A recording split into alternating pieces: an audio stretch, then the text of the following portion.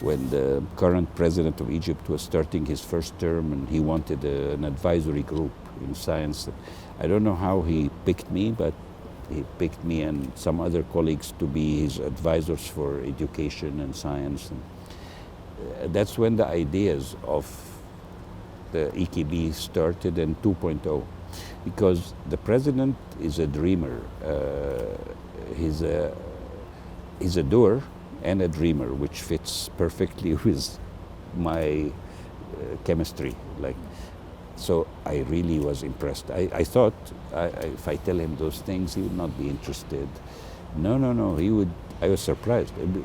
He asked me about education. I was not a politician. I didn't know anything, obviously, about how to handle public work, but giving the background in. But so I was talking to him really honestly about what I thought. He asked about the education in Egypt. I said, I wish it's the same as the one I had 40 years ago. So we just went down. I don't know what happened from 1980 until today, but somehow, yeah, the numbers increased and everything, but probably political interest in education was not sustained. And all these teachers I mentioned were not replaced by equally good people for some reasons. Maybe somebody would do a study on that. But all I know is the level of education I got was perfect. I built on it and worked with the best in the world. So why isn't that there anymore? Of course, other countries also invested in their education systems and they improved.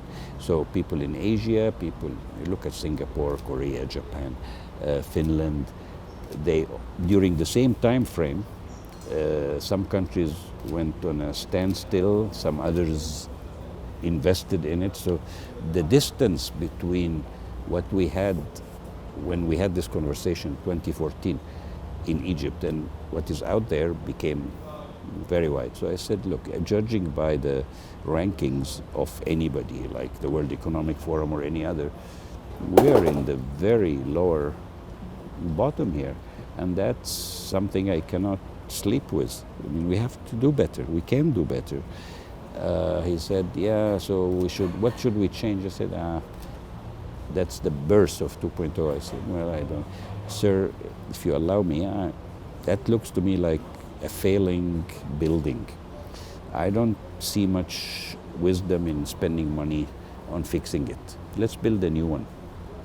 Because the world has changed and the purpose of education has changed, and the word skills mean different things. So, well, it's very hard to work with that building. It's very old.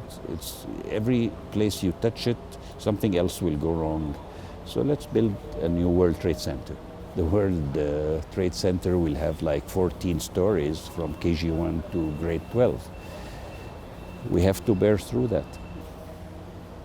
He subscribed to that. He thought it's a great idea. I said, but that's a long-term project. We're gonna rebuild. So that was the birth of the concept of 2.0. It's the new building, the new dream.